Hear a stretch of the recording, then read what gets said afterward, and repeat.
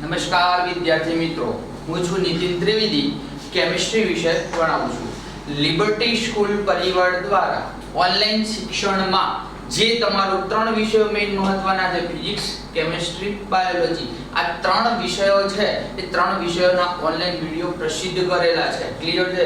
આપણે અહીંયા કોરોના જેવી વૈશ્વિક મહામારી ચાલુ છે, સ્કૂલમાં આવી શકતા નથી, પણ વિદ્યાર્થીઓને ઘરે બેઠા શિક્ષણ મેળવી શકે એના ઉદ્દેશથી લિબર્ટી સ્કૂલ પરિવાર દ્વારા ઓનલાઈન વિડિયો મૂકવામાં આવ્યા છે. ક્લિયર છે? ઓકે. તો જે લોકોએ 10માની પરીક્ષા આપી છે, 11 સાયન્સમાં આવવા માંગે છે, એ લોકો આજથી જ અત્યારથી જ આજ મિનિટે ચાલુ કરી નાખશો 11 સાયન્સની તૈયારી. વિદ્યાર્થી મિત્રો, સમય તમારો નીકળી જશે, પાછળથી તમને થોડુંક સમય નહીં પકડી શકો, બધું પકડી શકશો, પણ અત્યારથી જ આપણે એમાં પરોવાયેલા રહીએ, અત્યારથી આપણે ટેક્સ્ટ બુકો લઈ જઈએ, અત્યારથી આપણે થોડું વાંચવાનું ચાલુ કરી દઈએ, અત્યારથી આપણને થોડોક ડાઉટ હોય મગજમાં કે 11 સાયન્સ લેવું છે પણ સાયન્સ ભારું આવે છે, સાયન્સમાં ખબર નહીં પડે તો શું? તો વિદ્યાર્થી મિત્રો, લિબર્ટી સ્કૂલ પરિવાર અત્યારથી જ પણ ઓનલાઈન વિડિયો પ્રસિદ્ધ કરેલા છે. એનો મતલબ શું થશે કે તમને અત્યારે વાંચવાનું ચાલુ કરો છો, કંઈક ડાઉટ હોય છે શાળામાં ફોન દ્વારા અમારા બધાના ટેલિફોનિક નંબર છે તમારી જોડે, કઈ જ તમને ડાઉટ છે તાત્કાલિક સાહેબને WhatsApp કરી નાખો, સાહેબ આમાં હજુ મને આ ટોપિક છે,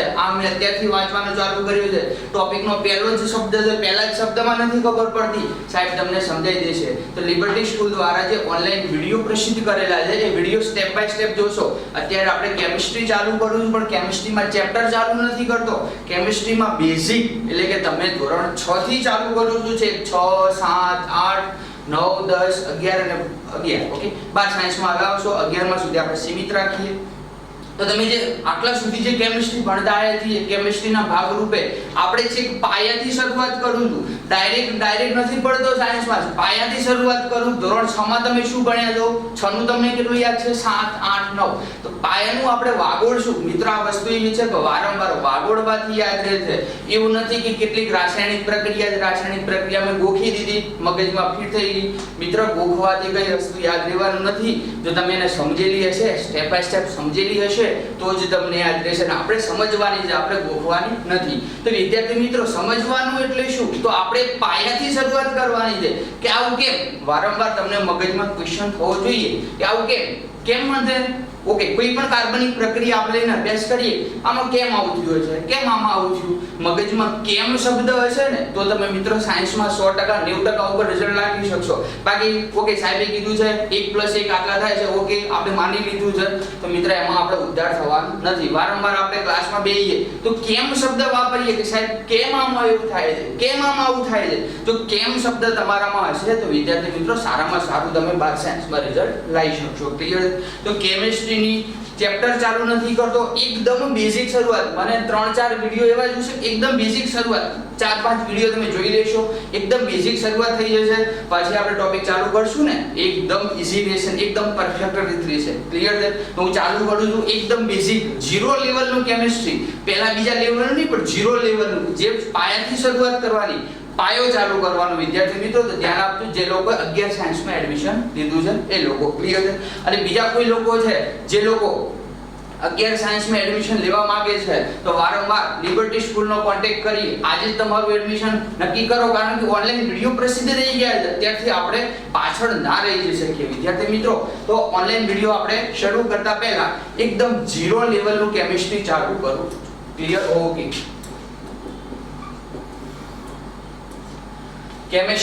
કેમિસ્ટ્રીના વિદ્યાર્થી મિત્રો 4 પ્રકાર પડે છે. ક્લિયર? કયા 4 પ્રકાર?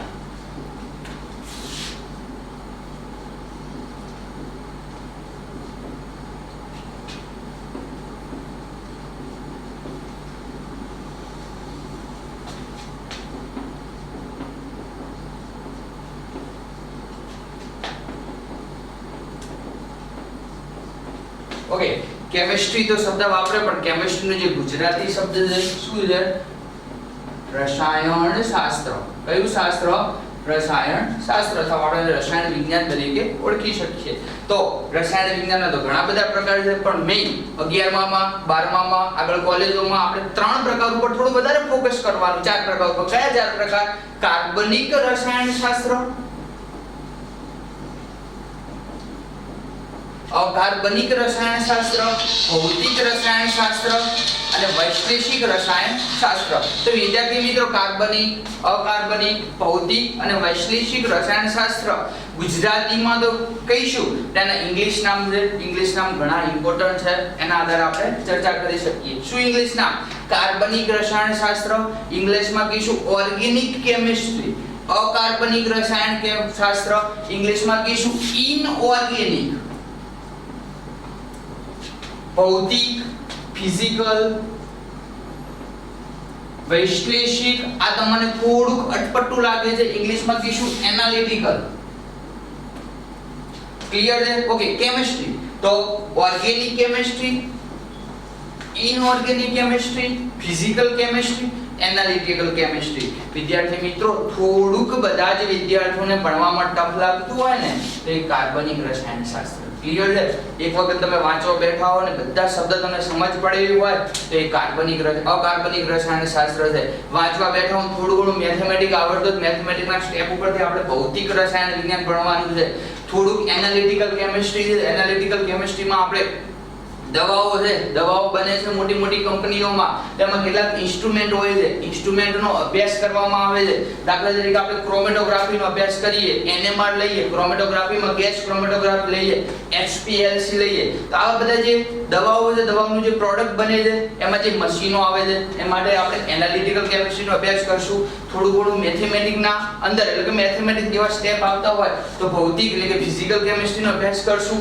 આપણે અકાર્બનિક પણ વિદ્યાર્થી મિત્રો થોડુંક તમને ભણવામાં અઘરું લાગતું હોય ને તો એ કાર્બનિક રસાયણશાસ્ત્ર છે અને એ અઘરાને આપણે સહેલામાં કન્વર્ટ કરીને પહેલું આપણે કયું ભણવાનું છે? હા, પાયો તમારો ક્લિયર હશે. ત્રણ વસ્તુ એકદમ ઈઝી છે, ત્રણ વસ્તુમાં કંઈ નથી. આ તમારું મેઇન ફોકસ ક્લિયર હશે, પાછળ તમે લડી લેશો. ક્લિયર છે? આ તમારું ક્લિયર હશે તો એને આ પણ આવશે, આ તમારું ક્લિયર હશે તો એને અમુક શબ્દ આમાં આવશે. તો તમારો મેઇન પાયો શું કહેવા માંગે છે? હા.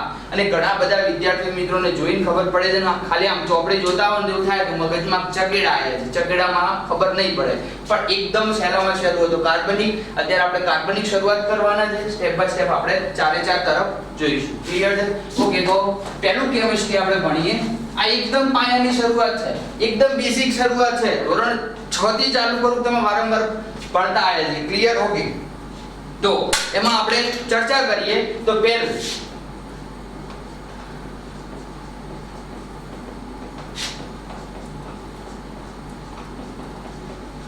IUPAC નામકરણ. નવું નામકરણ આવ્યું છે IUPAC, international union of pure and applied chemistry. IUPAC નું પૂરું નામ છે international union of pure and applied chemistry. તમે ધોરણ 10 માં ચેપ્ટર ભણી આવ્યા છો, તમારા લોકોને આવડે છે, પણ એક નાના રિવિઝનના ભાગરૂપે હું અહીંયા ચર્ચા કરું છું કે IUPAC નામકરણ. તો કોઈ પણ કાર્બનિક સંયોજન હોય, કોઈ પણ કાર્બનિક સંયોજનનું નામકરણ બે રીતે થાય. એક એનું સામાન્ય નામ હશે, એક એનું IUPAC નામ હશે. ઓકે. સામાન્ય નામ હશે, સામાન્ય નામ અને IUPAC નામમાં શું ફરક છે એક એક્ઝામ્પલ દ્વારા તમને સમજાવીશ. પહેલા આપણે IUPAC નામકરણ ચાલુ કરી દઈએ છીએ. ક્લિયર છે? ઓકે. IUPAC પહેલા આપણે કેટલાક સામાન્ય નામકરણની ચર્ચા કરીએ તો પહેલા એવા કેટલાક નિયમો છે, એમાં આપણે સામાન્ય IUPAC નામકરણના આધારે IUPAC થોડી વાર સાઈડમાં મૂકી દો. ઓકે. તો એના પહેલા સાદું નામકરણ છે તો આપણે સિમ્પલ ધોરણ 8 થી ભણતા આવ્યા છીએ. શું ભણતા આવ્યા છીએ કે જો કાર્બનની શૃંખલા હોય અને માત્રામાં એક જ કાર્બન હોય તો આપણે કયો પૂર્વક લગાડવાનો છે? મિથ. યાદ રાખજો, કાર્બનની શૃંખલા હોય, એક જ કાર્બન હોય તો કયો પૂર્વક આવશે? મિથ. ઓકે. કાર્બનની શૃંખલા અને બે કાર્બન, તો બે કાર્બન એટલે કઈ રીતે?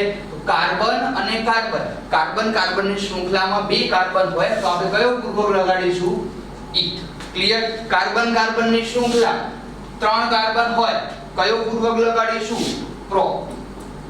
યાદ રાખજો, હમણાં બે જ વસ્તુ ભેગું કરીને તમારું સંપૂર્ણ IUPAC નામકરણ, સામાન્ય નામકરણ પૂરું થશે. C1, C2, C3, C4 ચાર કાર્બનની શૃંખલા હોય તો શું લગાડીશું પૂર્વક?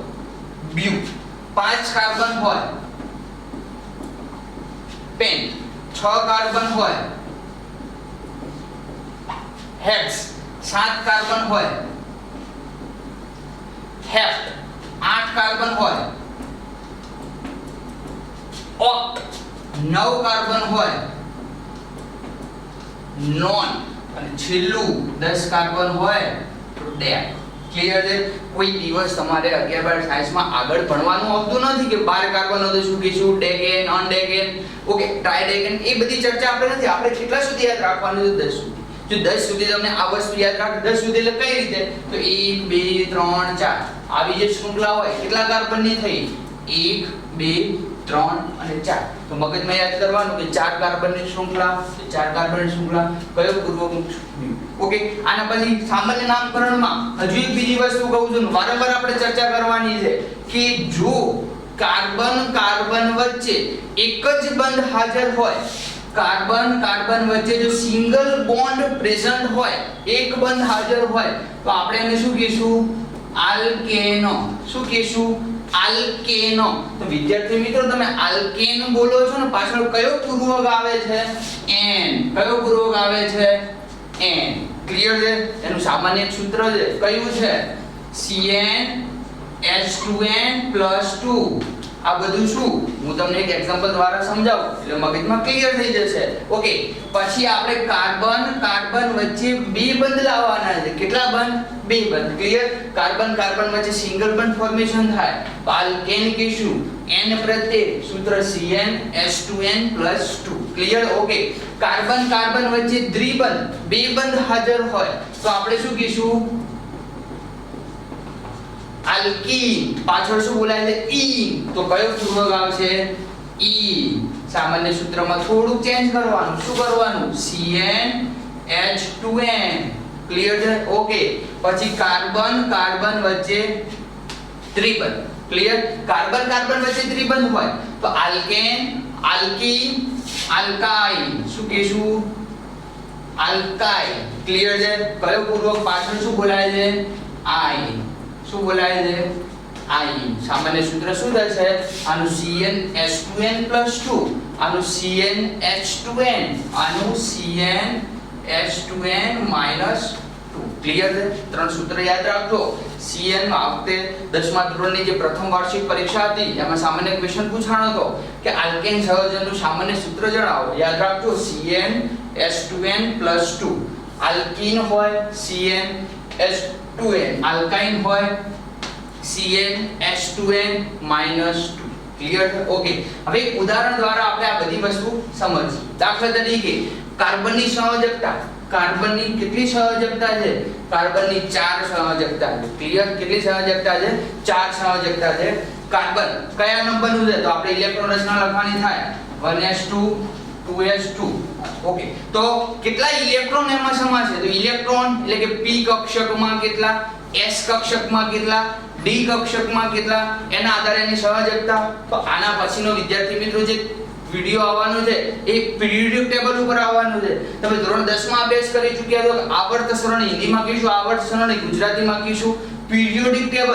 તો કાર્બનનો 6 નંબર છે, 6 ઇલેક્ટ્રોન ભરવાના થાય. તો પહેલા ઇલેક્ટ્રોન શામાં ભરાશે? પછી ઇલેક્ટ્રોન કેમ પહેલા 1s માં ભરાણો, પછી 2s માં? તો એના માટે આપણે 3 નિયમો ભણવાના છે. કયા 3 નિયમો? પૌલીનો નિયમ, હુન્ડનો નિયમ, આઉફબાઉનો નિયમ. તો નિયમના આધારે આપણે નક્કી કરી શકશું પહેલા ઇલેક્ટ્રોન શામાં ભરાશે. ક્લિયર છે? અને બીજી વસ્તુ પણ ક્લિયર કરવાની છે કે s કક્ષક હોય, s કક્ષક એમાં ઇલેક્ટ્રોન કેટલા સમાઈ શકે? 2 ઇલેક્ટ્રોન સમાઈ શકે. કેટલા સમાઈ શકે? 2. અને એ બે પણ કેવા? વિરુદ્ધ સ્પિન. એક સમાંતર સ્પિન, એક વિરુદ્ધ સ્પિન. કોઈ દિવસ કોઈ કક્ષકમાં ઇલેક્ટ્રોન આ રીતે સમાઈ શકતા નથી. વિદ્યાર્થી મિત્રો, ઓકે, s કક્ષક હશે, પેટા કક્ષક કેટલી? પેટા કક્ષક કેટલી હશે? 0. એક જ કક્ષક હાજર છે, પેટા કક્ષક હાજર નથી. એ રીતે જો હું p ની વાત કરું તો p માં 3 પેટા કક્ષકો, 2 3. કઈ કઈ નામ આપી દો? Yes, px, py, pz. કેટલા ઇલેક્ટ્રોન? પહેલા શું કરવાનું છે? ઓકે, ઇલેક્ટ્રોન આપણે ભર દેવા મારી મરજી પ્રમાણે? ના, એ નથી. એના માટે આપણે 3 નિયમો ભણવાના કીધા, આઉટબાઉ, પૌલી, હુન્ડ. ક્લિયર છે? તો એ માટે શું કરવાનું છે કે પહેલા ઇલેક્ટ્રોન સમાંતર સ્પિન થી ભરાશે. સમાંતર સ્પિન એટલે 1 2 3. સમાંતર સ્પિન થી પતી જશે. પછી વિરુદ્ધ સ્પિન તો 1 2 3. ટોટલ ઇલેક્ટ્રોન કેટલા ભરાણા? Okay, 6 electron. આમાં કેટલા ભરાણા? 2. એના પછી હું ડી કક્ષકની વાત કરું વિદ્યાર્થી મિત્રો, તો તમે ધોરણ 10 માં ભણી ગયા તો ડી કક્ષક છે, પેટા કક્ષકો કેટલી?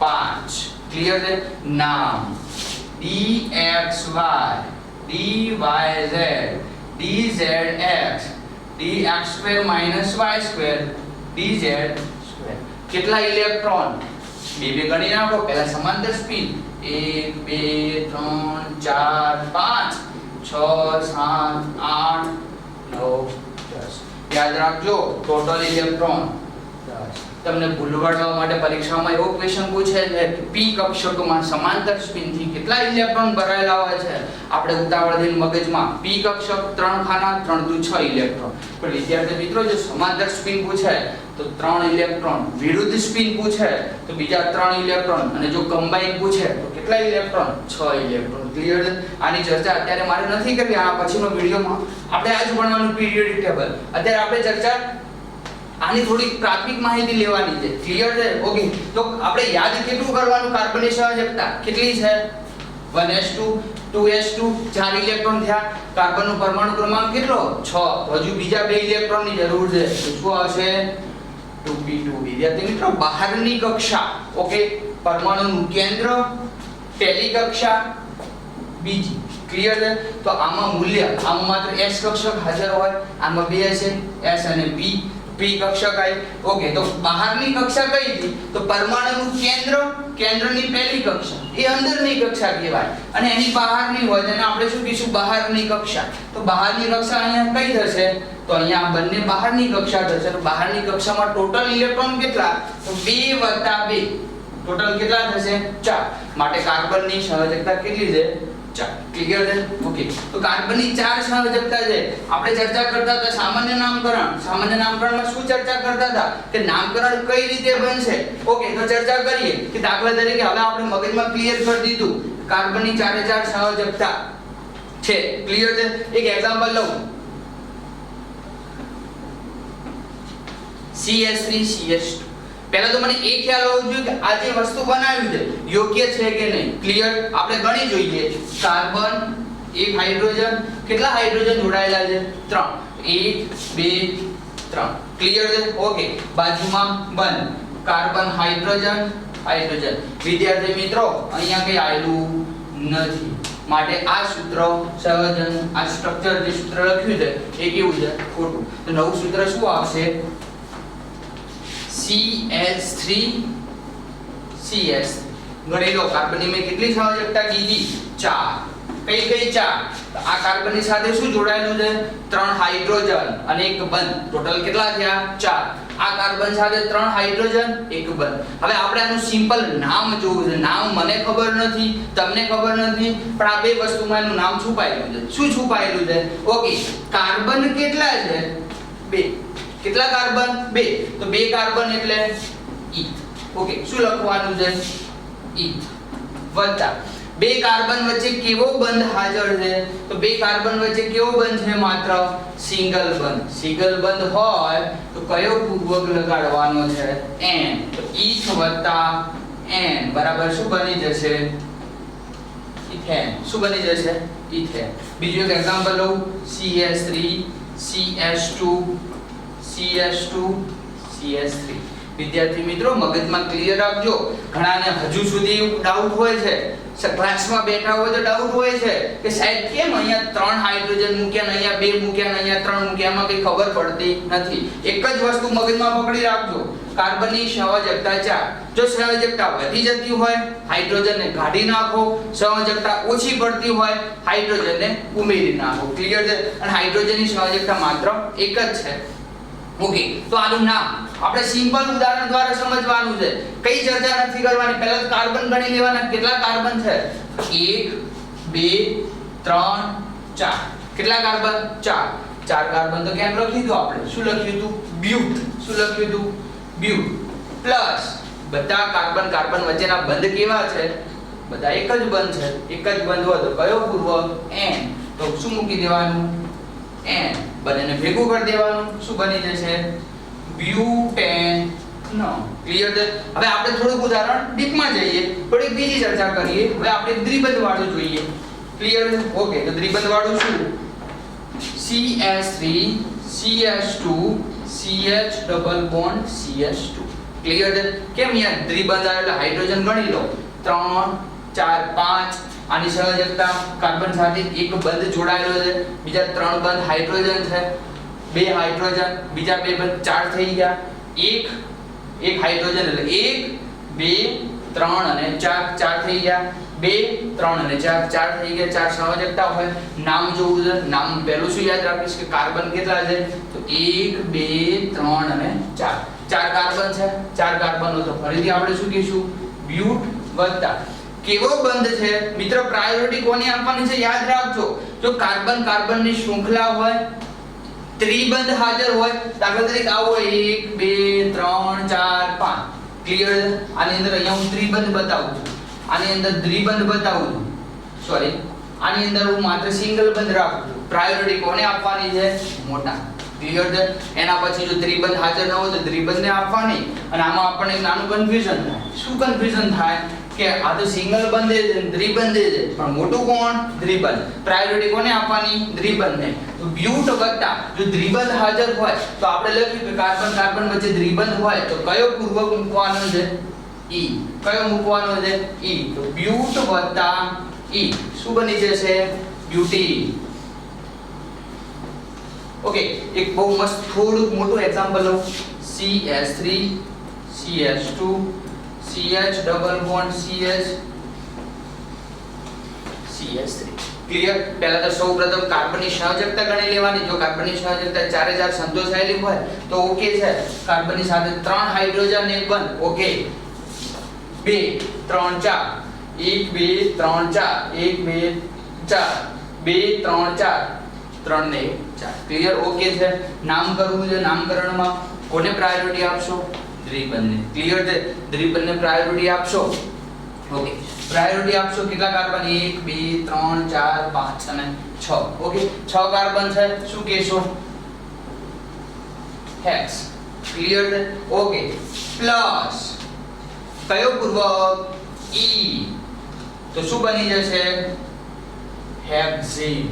વિદ્યાર્થી મિત્રો એક વસ્તુ યાદ રાખજો, હેક્ઝીન બની ગયું છે અને હેક્ઝીનમાં દ્વિબંધ છે.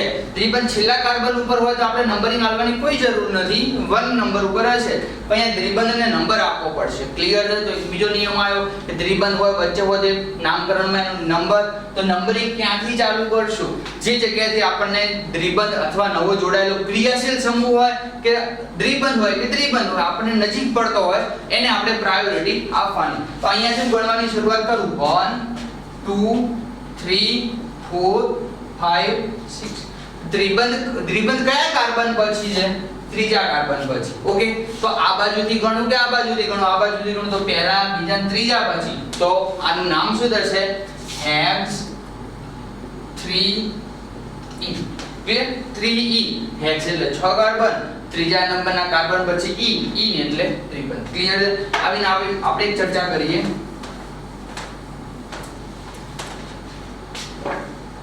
CH3 CH2 C triple bond CH.